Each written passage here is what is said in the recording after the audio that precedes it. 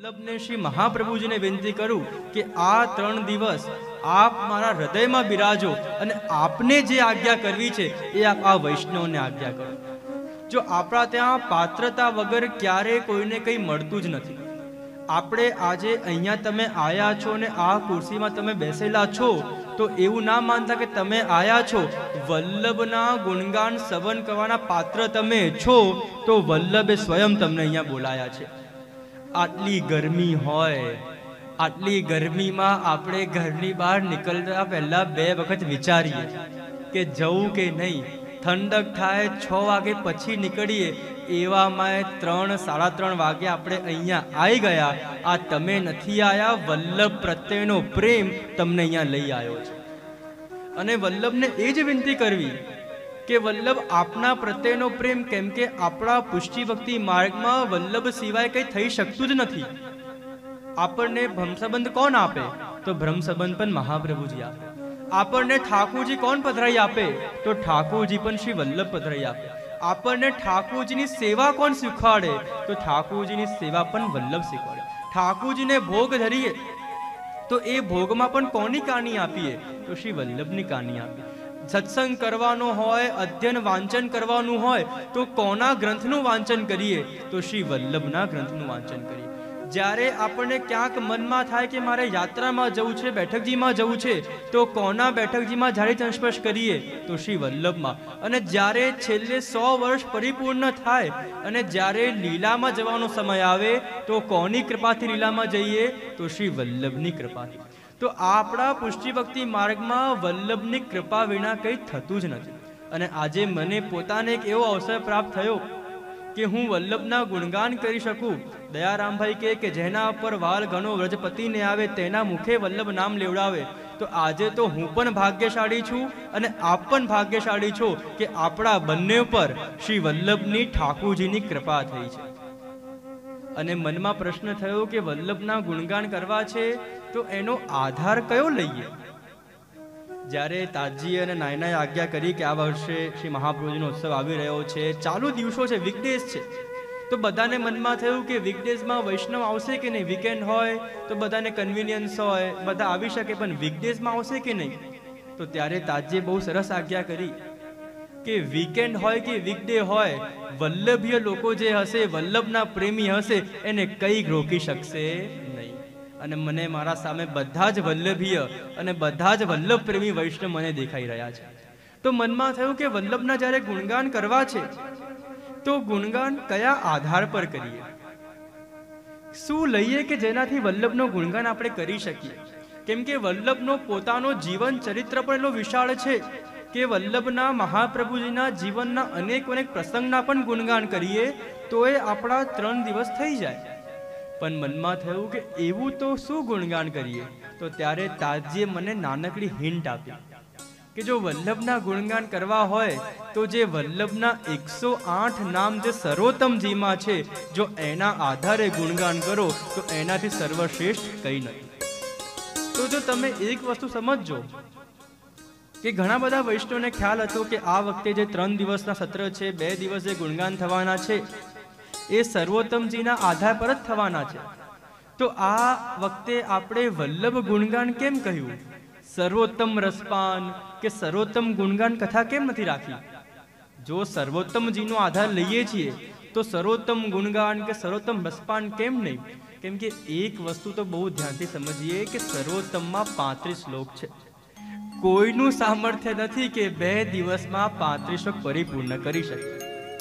અને મારી ઈચ્છા સાચી હતી વલ્લભના ગુણગાન કરવાની.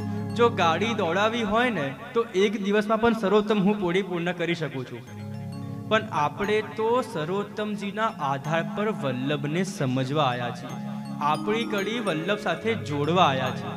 પરિપૂર્ણ કરવામાં તો 1 દિવસ, 2 દિવસ, 3 દિવસમાં પણ થઈ જાય. પણ જો સાચે વલ્લભને સમજવું હોય તો જ્યાં સમયનો બંધન હોય ત્યાં વલ્લભને સમજી શકાય જ નહીં.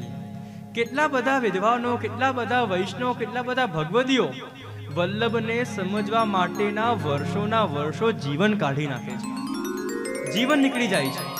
અને વલ્લભ તો ક્યારે સમજ આવે કે જ્યારે વલ્લભ પોતે જીવ પર કૃપા કરે. શ્રી ગુસાઈજીના મનમાં પ્રશ્ન થયો. જ્યારે શ્રી મહાપ્રભુજીએ આસુર વ્યામો લીલા કરી, ગુસાઈજી બહુ નાના હતા. મનમાં પ્રશ્ન થયો કે હું શ્રી વલ્લભના સ્વરૂપને કેવી રીતે સમજું, વલ્લભનું સ્વરૂપા જ્ઞાન મને કેવી રીતે થાય. તો ત્યારે ગુસાઈજી, બાલ ગુસાઈજી નાના સ્વરૂપમાં ભાગતા ભાગતા દામોદરદાસ સરસાણીજી પાસે ગયા. દમલાજીને જઈને વિનંતી કરી, કહ્યું કે દમલાજી, આ જગતમાં સૌથી વધારે શ્રી વલ્લભે કોઈના પર કૃપા કરી હોય એ તો આપના પર કરી છે. વલ્લભનું સાચું મહત્વ, વલ્લભના સાચા સ્વરૂપના દર્શન તો આપે કર્યા છે. મારે શ્રી વલ્લભના સ્વરૂપનું જ્ઞાન કરવું છે. મને શ્રી મહાપ્રભુનું સ્વરૂપા જ્ઞાન કેવી રીતે થાય? તો ત્યારે દમલાજીએ કહ્યું કે અરે ગુસાઈજી, વિઠ્ઠલનાથજી, આપના હૃદયમાં તો શ્રી મહાપ્રભુજીએ પોતાનું અશેષ મહાત્મય પધાર્યું છે. આપના હૃદયમાં તો શ્રી વલ્લભ પોતે બિરાજે છે.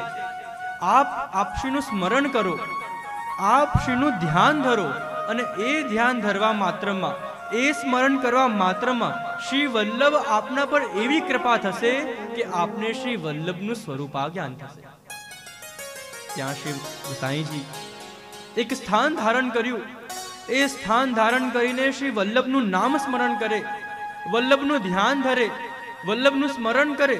એટલું સ્મરણ થયું, એટલું સ્મરણ થયું, એટલું ધ્યાન ધર્યું કે એક એક કરતા સૌથી પહેલા તો વલ્લભના દર્શન થયા.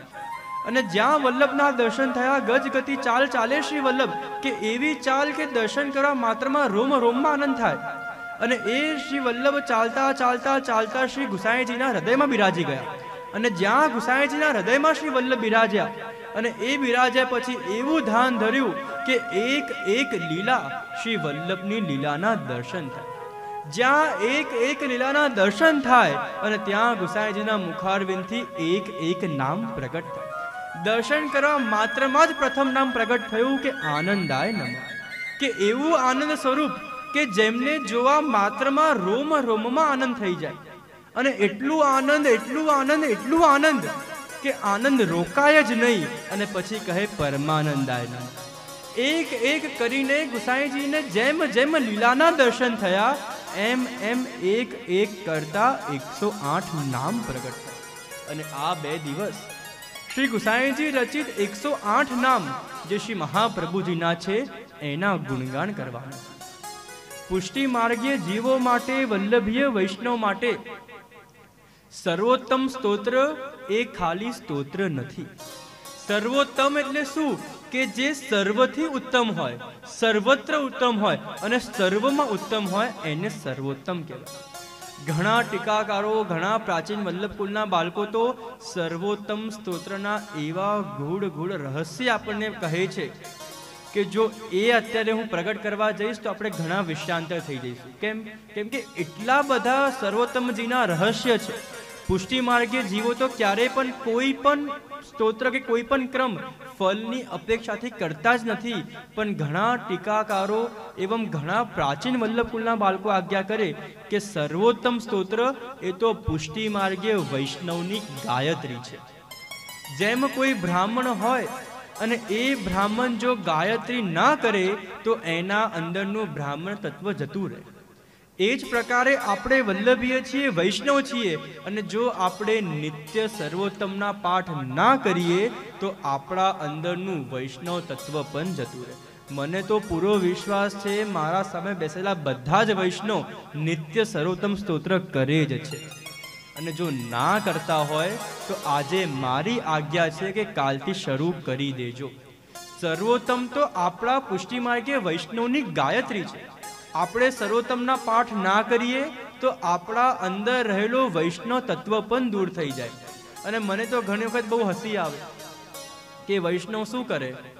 હવે ખબર છે, ઘણી વખત પેલા સિઝનલ ફ્રૂટ્સ આવતા હોય કે 12 મહિના ના મળે પણ અમુક સમય અમુક ઋતુ પર આપણને મળે. તો હવે વૈષ્ણવ પણ કેવું કરે, સિઝનલ પાઠ કરે. વર્ષે આખું વર્ષ પાઠ નહીં કરવાનું, પણ જેમ યમુનાજીનો ઉત્સવ આવ્યો, જેમ યમુના છઠ આવી એટલે યમુનાષ્ટકની પાછળ પડી જાય. જેમ ચૈત્ર મહિના આવે, જ્યાં શ્રી મહાપ્રભુજીની વધાઈ બેસે એટલે સર્વોત્તમની પાછળ પડી જાય. દિવસમાં 35 સર્વોત્તમ કરે, 11 સર્વોત્તમ કરે. શ્રી વલ્લભને પોતાને થાય કે ભાઈ કેટલા કરે છે એના કરતા એક કર પણ સાચા ભાવથી કર. જો એક યાત્રાનો તમને પ્રસંગ કહું કે ઘણી વખત આપણે આવા ઉતાવળમાં નિયમ લઈ લઈએ ને તો કેવું થાય કે આપણી યાત્રા હતી, હું તો બહુ નાના મને પ્રસંગ કીધો, 2009ની વાત છે કે 2009માં જ્યારે લીલી પરિક્રમા વ્રજયાત્રા હતી તો એમાં બધા નિયમ ગ્રહણ કરે, નિયમ લે, અને એમાં નિયમ લેતા વખતે એક વૈષ્ણવે એવું નિયમ લીધું કે હું નિત્ય 1000 માલા ફેરવીશ અને પછી હું ભોજન પ્રસાદ લઈશ. 1000 માલા, સમજો, સહસ્ત્ર માલા થઈ, 1000 નામ પણ નહીં, માળાની વાત થઈ છે. તો આપણે તો હવે યાત્રામાં તો બધા વૈષ્ણવ યાત્રા કરી કે સવારે કલેવું હોય, સવારે દૂધ નાસ્તો હોય, ચા નાસ્તો હોય, પછી બપોરે ભોજન થાય, સાંજે ભોજન થાય. યાત્રામાં તો એટલો બધો આનંદ બધા વૈષ્ણવ કરતા હોય. પણ હવે એ વૈષ્ણવનો નિયમ કે 1000 માળા કરવાની. તો શરૂઆતમાં તો 2-3 દિવસ એ માળા પૂરી કરતાં કરતાં સાંજના 4 વાગી જાય, 5 વાગી જાય. એના પરિવારના સ્વજનો દિવસમાં 3 વાર ભોજન કરે પણ એમનો નંબર 1 જ વાર આવે. તો શરૂઆતમાં તો બધા વૈષ્ણવ હોય, સ્વજનો હોય, આપણા કાર્યાલયના બધા સમિતિના વૈષ્ણવ એ પણ બોલાવા જાય કે પ્રસાદનો સમય થઈ ગયો, તમે આવી જાઓ.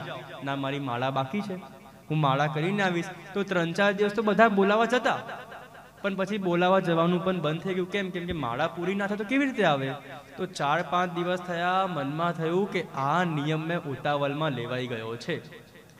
મારા સ્વજનો, મારા પરિવારના લોકો, મારા મિત્રો જે સાથે યાત્રામાં યાત્રીઓ આવ્યા છે, દિવસમાં 3 વાર, 4 વાર પ્રસાદ લે છે અને હું તો દિવસમાં 1 જ વાર આ પ્રસાદ લઉં છું. મનમાં થયું કે કંઈક કરવું પડશે. બીજા દિવસે જ્યારે પ્રસાદનો સમય થયો, બધા પ્રસાદમાં જતા હતા, કોઈ પૂછ્યું પણ નહીં. કેમ કે માળા બાકી હોય. એ કાકા સામેથી ઊભા થયા કરે, હું પ્રસાદ લેવા આવું છું. બધા વિચારમાં પડી ગયા, ક્યારે તમે પ્રસાદ લેવા આવો છો, તમારી 1000-8000 માળા તમારે કરવાની, તમે આટલી જલ્દી માળા કરી કેવી રીતે લીધી? ક્યારે મારી માળા તો ક્યારની થઈ ગઈ. ક્યારે કેવી રીતે? કે મેં શું નિયમ લીધું કે હું 1000 માળા ફેરવીશ, હવે આમ ફેરવું કે આમ ફેરવું તો મારા પર છે. તો એમણે શું કર્યું? 1, 2, 3, 4 કરતા 1000 માળા કરી. એટલે ક્યારે પણ એવા ઉતાવળમાં કોઈ પણ નિયમ લેવા જ નહીં. મનમાં એક નિશ્ચય કરવું કે હું આટલા પાઠ કરીશ, કે આટલા સ્તોત્ર કરીશ, કે આટલું જપ નામ લઈશ, પણ આપણે કોક નિયમમાં બંધાવવું નહીં. કેમ કે નિયમમાં બંધાવો તો શું થાય? એ પૂરું કરવાની ભાવના રહે. અમે ઘણી વખત કોઈક વૈષ્ણવના ત્યાં પાઠ રાખ્યા હોય ને પાઠમાં જઈએ તો બધાના પાઠમાં નિયમ હોય કે 41 સમનાષ્ટક કરવા, આટલા સર્વોત્તમ કરવા. તો શરૂઆતમાં તો બહુ પ્રેમથી ચાલતું હોય, નમામિ યમુનામહમ, બહુ આમ સરસ ચાલતું હોય. પણ જ્યાં 5-10 પાઠ થાય અને પછી તો જેમ કોઈ ટ્રેન છૂટતી હોય એવા દોડે, એવા ભાગે શબ્દો જતા રહે, એકાદ શ્લોક તૂટી જાય, એકાદ લાઈન નીકળી જાય. પણ એના કરતા એક પણ પાઠ જો આપણે સાચા ભાવથી કરીએ ને તો એ એક પાઠ પણ આપણા પ્રભુ પ્રેમથી સ્વીકારે છે. અને હું તો ઘણી વખત વૈષ્ણવને કહું કે જ્યારે આવા કથા સત્ર હોય, કથાના કાર્યક્રમો હોય અને જ્યાં ભગવત ગુણગાન કરવાનું હોય ને, એમાં તો તમારે ખાલી અહીંયા આવીને બેસી જ જવાનું. કોઈ ફોટોગ્રાફર હોય અને એ ફોટોગ્રાફર ફોટો પાડતો હોય તો તમને શું કે ભાઈ તમે તમારો ચહેરો હસતો રાખો, બાકી બધું હું સાચવી લઈશ. તો એ જ પ્રકારે જ્યારે આવા કથા સત્ર હોય ને તો હું તમને એ જ કહીશ કે તમે સમયસર અહીંયા આવી જાઓ, બાકી બધું વલ્લભ સાચવી લેશે. વલ્લભ એટલા સર્વ સામર્થ્યવાન છે કે વલ્લભ બધું સાચવી જ લેશે. વલ્લભ પર વિશ્વાસ કરો. જો હમણાં જ મેં આ વાત કરી હતી કે આપણે કોક સમય પ્લેનમાં ટ્રાવેલિંગ કરીએ તો પ્લેનમાં આપણે, ચલો ફોર એક્ઝામ્પલ બહુ લાંબુ ના વિચારીએ, પણ મુંબઈ જતા હોઈએ કે અમદાવાદથી મુંબઈના ફ્લાઇટમાં બેસીએ તો ફ્લાઇટનો પાયલટ કોણ છે આપણને ખબર નથી. ના આપણો મિત્ર છે, ન આપણો સ્વજન છે, ન આપણો પરિવારનો છે, આપણને ખબર જ નથી. આપણને તો એનું નામ પણ ખબર નથી. તો એ આપણે આપણા જીવનું જોખમ એના માટે મૂકીએ છીએ. સાચી વાત કે નહીં? બધા પ્લેનમાં બેસ્યા છો ને, કે આપણે પ્લેનમાં ટ્રાવેલિંગ કરતા હોઈએ, પાયલટ કોણ છે, શું છે, કેમ છે, એ સાચે ભણ્યો છે કે નહીં, આપણને કંઈ જ ખબર નથી. એના પાસે ફ્લાઇટ ઓપરેટ કરવા માટે લાયસન્સ છે કે નહીં પણ ખબર નથી. પણ તોય આપણે એકદમ આંખ બંધ કરીને વિશ્વાસ એના પર કરીએ છીએ અને એ ફ્લાઇટમાં બેસીએ છીએ અને આપણે આપણા ડેસ્ટિનેશન પર પહોંચી જઈએ છીએ. વિચારો જેને ઓળખતા પણ નથી એના પર આપણે આપણો જીવનો જોખમ કરીને વિશ્વાસ મૂકીએ છીએ, તો જે આપણા ઘરે બિરાજે છે, જેમની આપણે સેવા કરીએ છીએ, જેમની કૃપાથી આપણે માર્ગમાં આવ્યા છીએ, જો એમનો વિશ્વાસ કરીએ તો આપણને જીવનમાં ક્યારેય તકલીફ પડે નહીં. અને બીજી વસ્તુ તમે સમજાવો કે તમે પ્લેનમાં બેસી ગયા, એ પ્લેનમાં બેસ્યા પછી તમે જાગો, સુવો, કંઈક પણ કરો, તમે તમારા માર્ગમાં તો પહોંચવાના જ છો. તમે અમદાવાદમાં પ્લેનમાં બેસી ગયા, પછી તમે જાગો, તમે સૂઈ જાઓ, તમે મોબાઈલ રમાડો, તમે કંઈક પણ કરો, એનો સમય થાય તો તમને મુંબઈ પહોંચાડી જ દે. એ જ પ્રકારે તમે એક વખત અહીંયા આવી ગયા, પછી તમે જાગો, તમે સૂવો, તમારું ધ્યાન તમારા ઘરમાં હોય, ક્યાંક પણ હોય, પણ આ સ્થાને તમે આવી ગયા તો વલ્લભ તો કૃપા કરશે ને કરશે, એમાં કોઈ સંદેહ નથી. તો આપણે આપણા વિષય પર સર્વોત્તમ સ્તોત્રમાં પ્રવેશ કરીએ અને શ્રી હરિરાયજી સર્વોત્તમ સ્તોત્રનો મહિમા, સર્વોત્તમ સ્તોત્રના શું આપણને એનાથી ફલ પ્રાપ્ત થાય, સર્વોત્તમ સ્તોત્રથી આપણા પર કેવી કૃપા થાય, એના માટે સર્વોત્તમજી માટે શ્રી હરિરાયજીના અનેક પદ સાહિત્ય છે. અને એમાં એક પદ સાહિત્યમાં જેમાં સર્વોત્તમનું મહિમા કહે છે, એ પદ કરો શ્રી સર્વોત્તમ.